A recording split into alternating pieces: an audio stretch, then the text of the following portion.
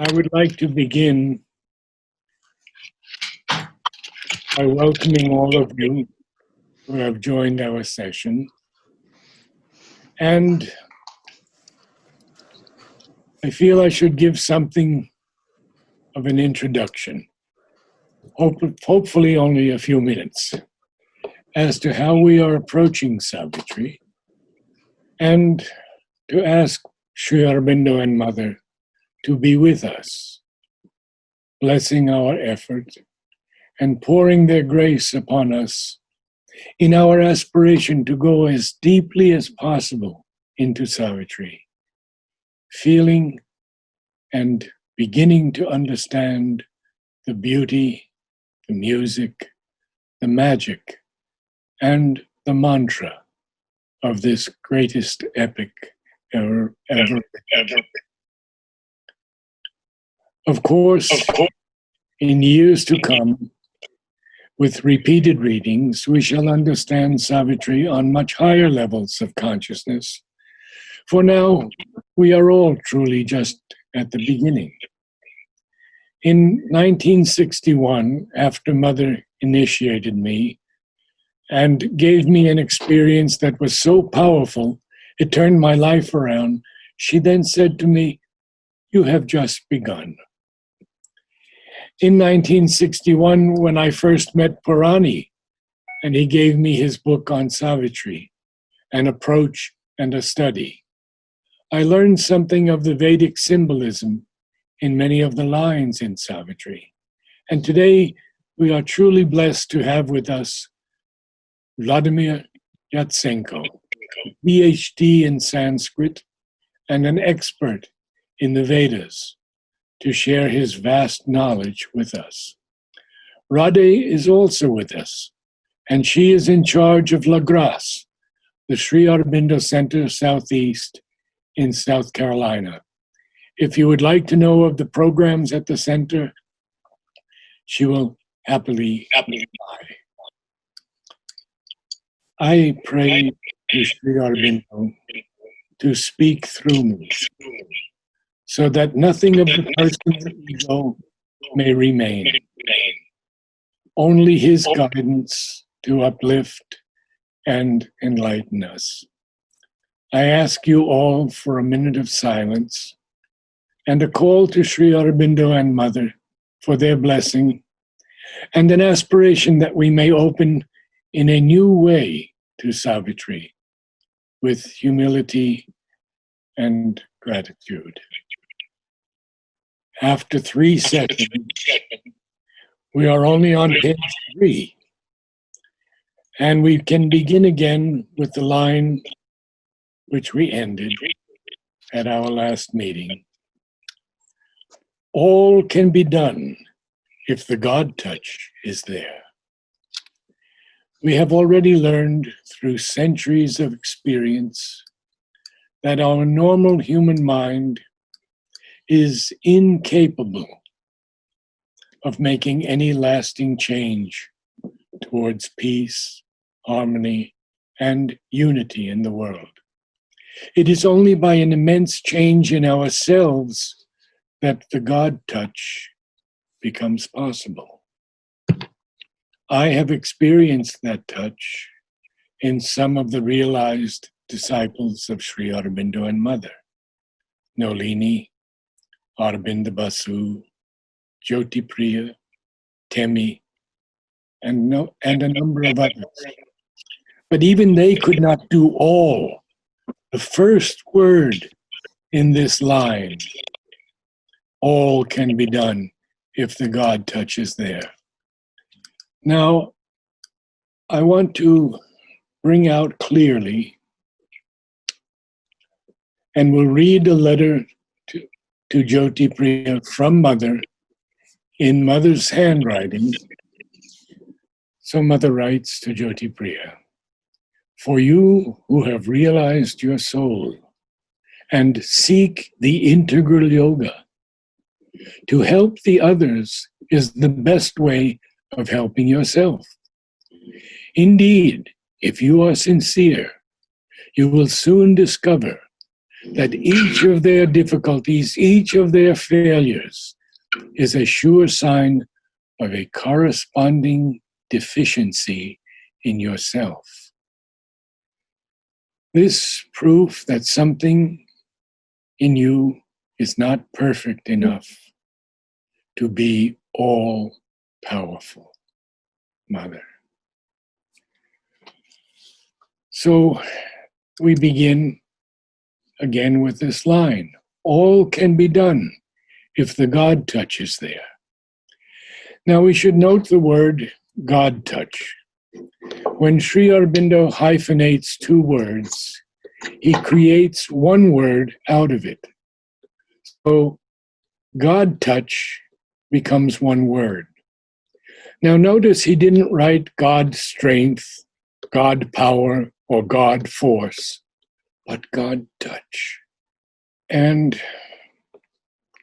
the next two lines, well, they're all so extraordinary here. A hope stole in that hardly dared to be amid the night's forlorn indifference. Now, stole in is very interesting. It seems that the divine has to surreptitiously come into us at times, and we find this in many cantos of the book.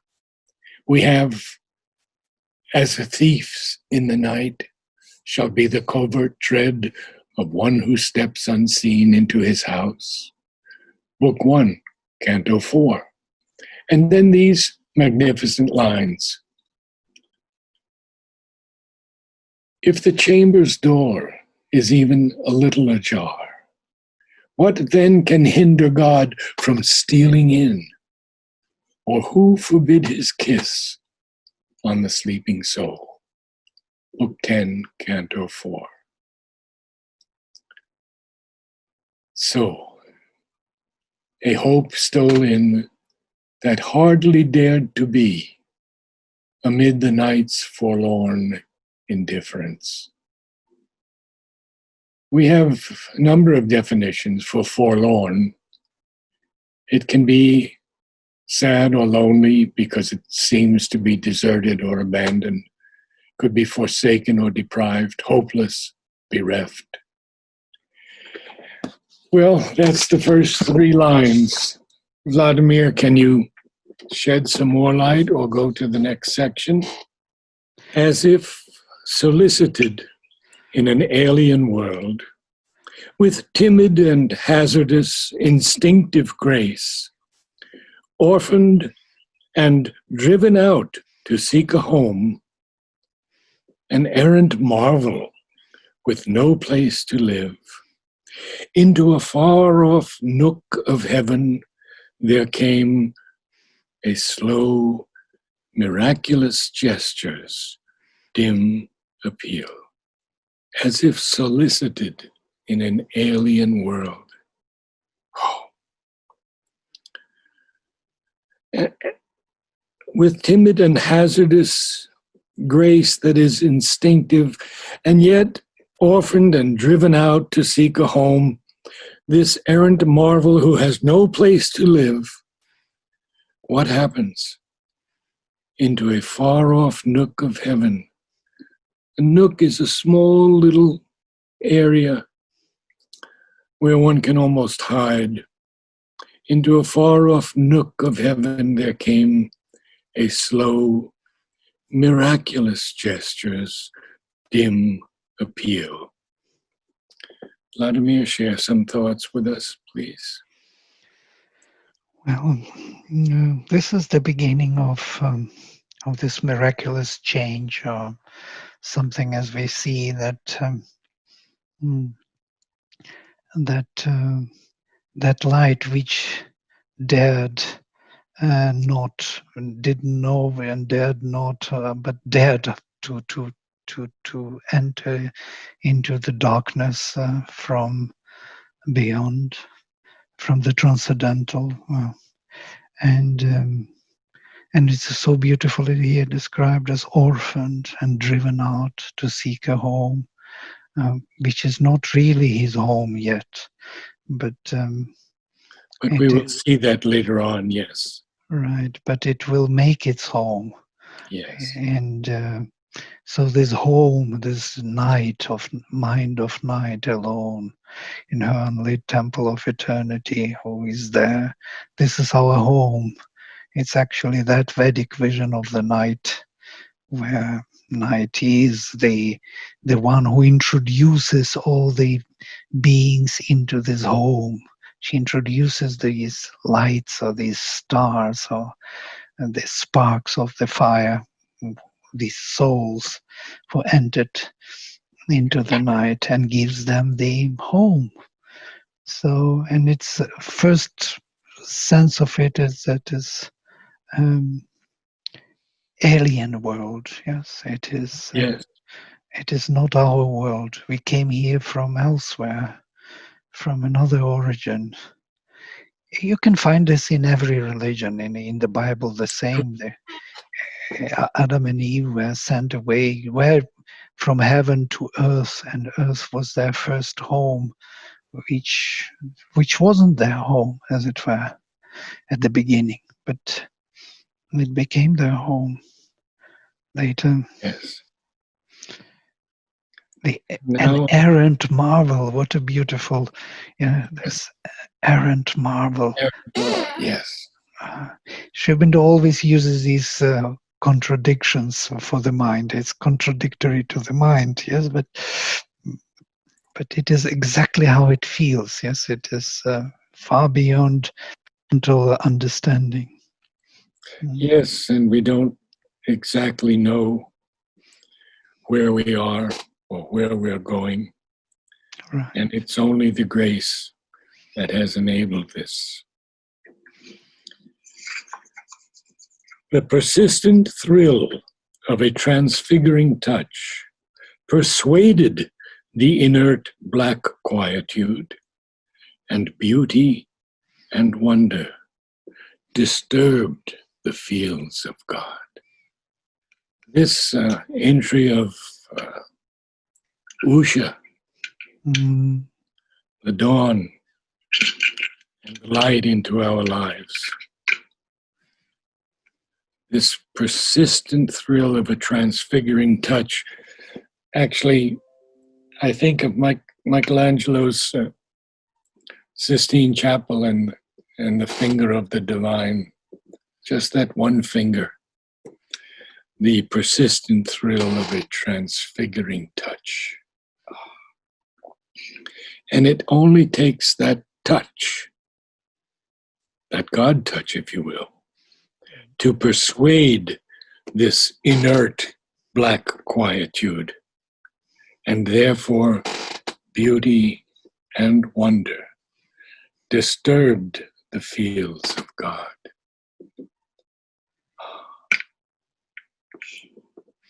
By the way, this usage of the touch is also, it's much more concrete than, for example, seeing or hearing or Yes. Thinking or even word. Word is disturbing the consciousness in some way, but touch is much more concrete and more even physical. It's like from body to body.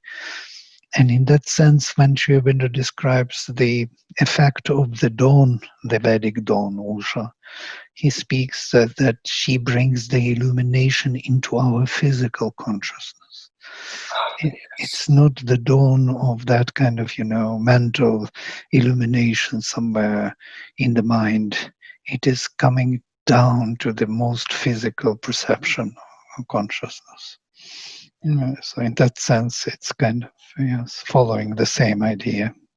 And then he says beauty and wonder, and he uses the word disturbed, the fields of God. Well, certainly that movement was a tremendous movement. That persistent thrill, it never gave up. It was continuous. It's like the dawns, like 33 dawns, 33 sisters. It's like a hue after hue. They are more and more persistent in their light, changing the colors of until the the disk of the sun is visible. Yes, yes. Would anyone like to read the next part? I can read it. Yeah, please. Wonderful. A wandering hand of pale, enchanted light that glowed along a fading moment's brink, fixed with gold panel and opalescent hinge, a gate of dreams ajar on mystery's verge. So this wandering hand, again, we have this feeling of touch. So we've had the rod touch, we've just had touch above. We have the gesture's dim appeal, the transfiguring touch. And now we have the wandering hand of pale, enchanted light. I always feel that enchantment is not so vivid. It's more of a pale light in a very positive sense. And what did that hand do? It fixed with a gold panel and opalescent hinge a gate of dreams, ajar on mystery's verge. These are very complex lines. A gate of dreams, ajar. It's not exactly firmly fixed. It's ajar. It's a little bit off. On mystery's verge, on the verge of mystery. Anyone else would like to comment? Yeah, this persistent, this hand, which is or finger, in other places he speaks about this luminous finger fell. Yes. And it's like some kind of reaching out from the transcendence. That would be that Indra's light or lightning, which is kind of coming from above and bringing that, transcendent, pure perception of things, pure consciousness and force into the midst of our darkened hemisphere. So it's a constant imagery in Savitri. We can. Yes, it is. Yes, and the dreams. The word dreams is frequently used in Savitri. We were with another student and in the secret knowledge, which but for the dream would not be wholly true. Sri Aurobindo uses dream very often. And here it's a gate of dreams. This is a gate that opens, but it's ajar, and it opens on the edge of mystery, mystery's verge. Yeah, the dreams are also used in the sense of kind of higher ideals. Mother has the dream, so, about Auroville. You remember Yes, this? exactly. And she says that the dream of the Lord is much more powerful than the realities of our own, something like this. I paraphrase. Yeah. So. And in that book 4, I can read those two lines. For nothing here is utterly what it seems. It is a dream fact vision of a truth, which, but for the dream, would not be wholly true. Yeah, beautiful. The dream fact vision. Dream fact. It's a vision, actually. It's, yes. Rather than a dream as we understand them as a sleep or some kind of. Exactly. Yeah, because our consciousness is not totally there. Our physical cannot join that higher consciousness totally. That's why we call it a dream, but it is a reality in that higher plane. It's a vision of the truth, which wants to manifest and has no yet means to be totally true here in this lower consciousness. Yes. I was just thinking that, on line 90, a wandering hand of pale enchanted light, Yes. and then linking it to forced the world's blind immensity to sight. So it's as though this hand of pale enchanted light that is glowing and that fixes with gold panel, it kind of pushes the gate of dreams ajar, Mm. and opens it on mystery's verge, thereby forcing blind immensity to sight. So it's like a hand reaching out and opening the gate, and then the sleeping world wakes up to sight, or the dreaming world wakes up to sight. The new day begins. Would it be an understanding? Because the next line says the darkness failed and slipped like a falling cloak. Yes. Yes. It's a Can good. we use the imagery of the hand like that? I think that we go back to the God touch again, and Yes. God touch, all can be done if the God touch is there. Sure. So yes, it's very true. And the fields of God is an interesting phrase. I feel here that Sri Aurobindo is speaking of our earth. And the fields of God are a little bit disturbed by this force of light and power that comes down. And that is with us now, especially with the dawn of the supermind. The darkness failed and slipped like a falling cloak from the reclining body of a god. Oh, what a beautiful image. Sri Aurobindo speaks of this falling cloak or dress when we leave our physical body. And he says we just shed it like a cloak falling off us and go into that world of rest and peace and prepare for the next birth. So here the darkness is failing, but it slips. It doesn't leave immediately. It slips like a falling cloak from the reclining body of a god. God is, it's such beautiful, beautiful poetry. And the rhythm here is so marvelous. The music and the mantra. I have a question about this word failed here. It has another dimension which I always feel, but I can't really justify. It's not failed in the sense as usually we fail something. Oh, no, not at all. Not at all. Failed here just means that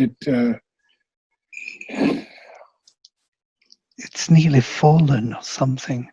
It's like it was removed or sort of was getting removed.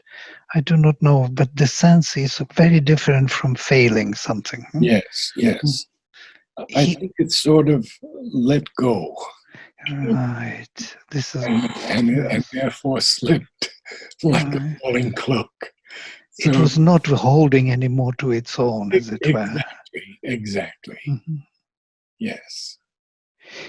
And this idea of the night again, because this is the darkness which is holding us, so to say, imprisoned or cloaked. We are in this cloak, and we are covered, or we are dressed with.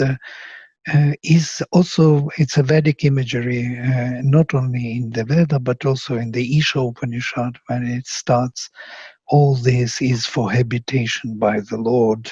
Yes. So all this world is vasyam, should be inhabited or should be worn, or how to say, he should wear it as a garment.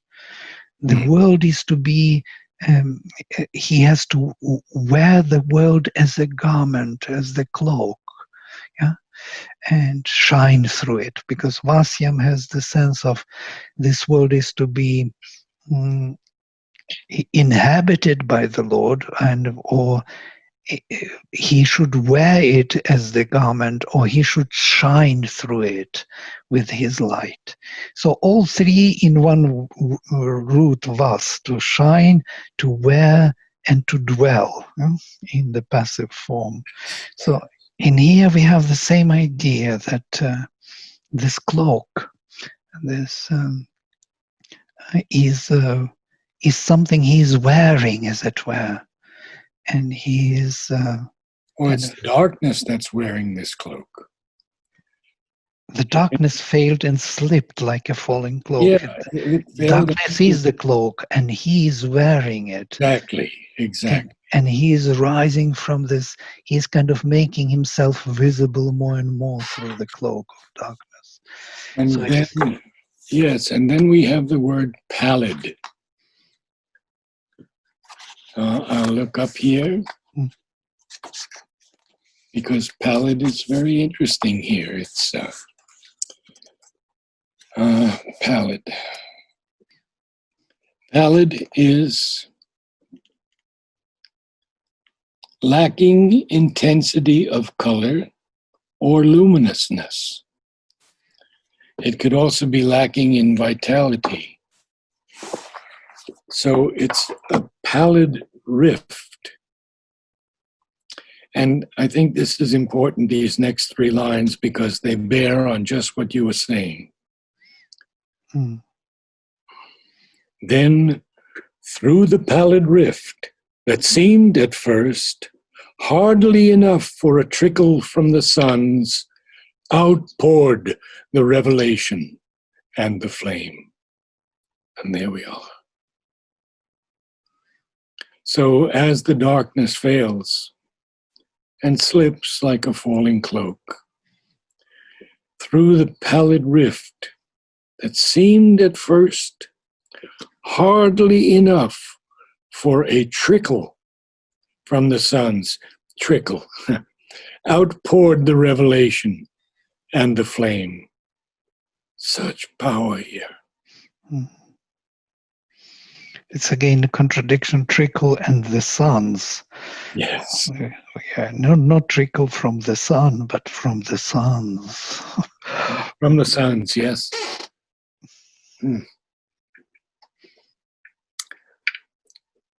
Would anyone like to read the next couple of lines? The brief perpetual sign record above, a glamour from unreached transcendences, iridescent with the glory of the unseen, a message from the unknown immortal light, ablaze upon creation's quivering edge. Dawn built her aura of magnificent hues and buried its seed of grandeur in the hours. Now that's for the Vedic scholar.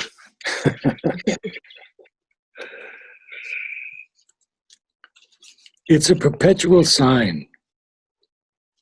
And Mother has told us that there were 6 pralayas prior to this earthly evolution. And they all went down.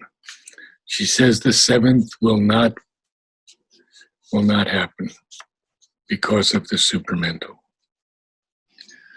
The brief perpetual sign recurred above. It's above.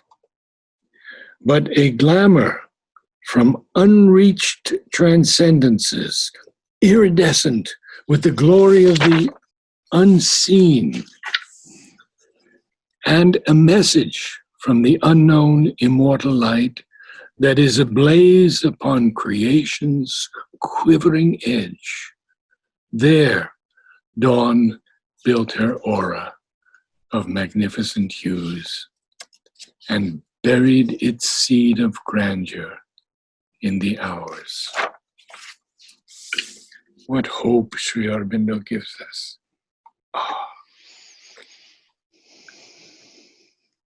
this brief perpetual sign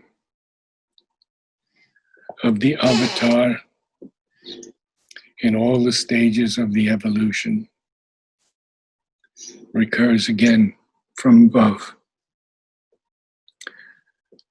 And these unreached transcendences that have such a glamour and iridescent, just filled with coruscating colors, with the glory of the unseen, and a message also from the unknown immortal light, capitalized L, ablaze upon creation's quivering edge. Dawn builds there her aura of magnificent hues, and buried its seed of grandeur in the hours. Basically conceives the new possibility of evolution. This also tells us that this avatarhood, or the interference from above, is actually necessary every time to make our, so to say, somnambulist world to grow, to wake up, because otherwise we would never wake up, actually. And when Mother was asked, where were you in all these early stages of the earth? And she said, I was there every time the possibility of an ascent was possible. Mm-hmm. And they asked Sri Aurobindo, what about you? And he very succinctly replied, carrying on the evolution. Mm-hmm. The avatar is for us, I think for me especially, the most critical aspect of the evolution. And India has very rightly and correctly defined all the avatars up to Sri Aurobindo. The last avatar is said to be Kalki, who comes riding a white horse. I feel that there's no question that this is Sri Aurobindo, the last avatar. It doesn't mean that the evolution stops. We will evolve from Supermind into Satchidananda, and then higher and higher and higher. This world has to become the dwelling place of the Lord. And to escape it is an error, or at least only a partial realization. Someone wrote to me the other day, does the earth count those who have disappeared consciously into the world never to return again? One has to be in the human body to progress in this evolutionary journey. We should be so grateful. I think that could be enough for today, because we covered many more lines than we usually do. Are there any questions from anyone? There are many, many pages to go in this first canto of the Symbol Dawn.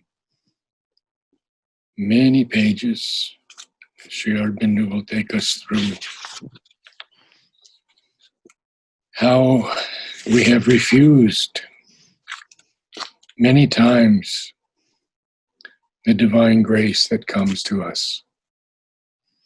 He even says the cross, their payment for the crown they gave. Speaking of the avatars, always have to pay the ultimate price. And yet they leave behind a crown. So let us meet again next Sunday, and we will carry on. I'm grateful for all who attend and can together share light on this divine gift of Savitri. Namaste.